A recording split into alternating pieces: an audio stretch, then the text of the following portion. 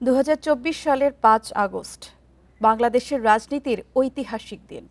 কয়েক সপ্তাহে বৈষম্য বিরোধী ছাত্র আন্দোলন ও গণবিক্ষোভের ধারাবাহিকতায় এদিন নাটকীয় পরিবর্তন ঘটে ক্ষমতার। পতন হয় 1.5 দশকের সরকারের। কোটা সংস্কারের দাবিতে শুরু হওয়া আন্দোলন দ্রুত রূপ নেয় সরকার বিরোধী অভ্যুত্থানে। ইতিহাসে প্রথম পালাতে বাধ্য হন তৎকালীন প্রধানমন্ত্রী। স্বৈরাচার ও ফ্যাসিবাদ বিরোধী রক্তক্ষয়ী আন্দোলনের সাক্ষী 2024। সরকারি চাকুরিতে কোটা বৈষম্যের বিরুদ্ধে সে বছর জুনে রাজপথে নামে ছাত্র জনতা। কোটা সংস্কার আন্দোলন যখন তুঙ্গে, তখন তৎকালীন সরকার প্রধানের কটূক্তি আগুনে ঘি ঢালে। আন্দোলনে যোগ করে নতুন মাত্রা। সারা দেশে ছড়িয়ে পড়ে প্রতিবাদের ঝড়।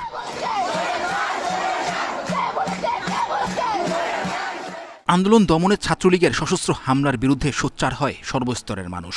ছাত্রদের সাথে একাত্মতা জানিয়ে তারাও নামে রাজপথে। শুরু হয় বাংলা ব্লকেড।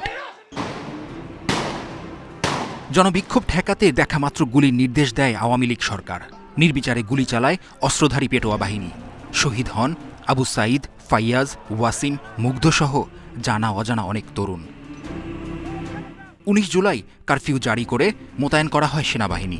পরদিন ব্লক রেইড দিয়ে চলে গণগ্রেফতার। 6 সমন্বয়ককে তুলে নিয়ে যায় ডিবি।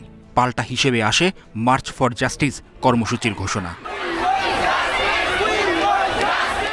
জুলাইয়ের মাঝামাঝি থেকে আগস্ট পর্যন্ত বিভিন্ন স্থানে দীর্ঘ হতে থাকে মৃত্যুর মিছিল।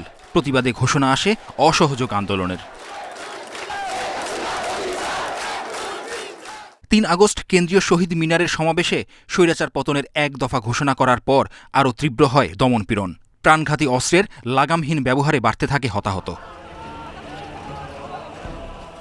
ফ্যাসিবাদ বিরোধী আন্দোলনের রক্তক্ষয়ী দিন 4 আগস্ট শহীদ হন শতাধিক। এই অবস্থায় হঠাৎই একদিন এগিয়ে আনা হয় মার্চ টু ঢাকা কর্মসূচি। 5 আগস্ট রাজধানীর সব প্রবেশ মুখে জনতার ঢল দেখে পালিয়ে যায় সরকারের পেটোয়া বাহিনী। যাত্রাবাড়ি এলাকায় নারকীয় গণহত্যা চালায় পুলিশ। সেদিন পুলিশের গুলিতে যাত্রাবাড়িতে 30 জনেরও বেশি শহীদ হয় বলে ধারণা করা হয়। এক পর্যায়ে প্রাণ বাঁচাতে হেলিকপ্টারে ভারতে পালিয়ে যান শেখ হাসিনা। 36 দিনের আন্দোলনে ঝরে যায় সহস্রাধিক প্রাণ আর আহত 14,000-এর বেশি। স্বৈরাচার পতনের খবরে উল্লাসে মেতে ওঠে সারা দেশ। শুরু হয় বিজয় মিছিল। রাজপথে নেমে আসে সব শ্রেণী পেশার মানুষ। স্বস্তির নিঃশ্বাস ফেলে স্বপ্ন দেখে নতুন বাংলাদেশের। ভোটারবিহীন নির্বাচন করে দীর্ঘদিন কুক্ষিগত করে রাখা জাতীয় সংসদেও ঢুকে পড়ে ছাত্র জনতা।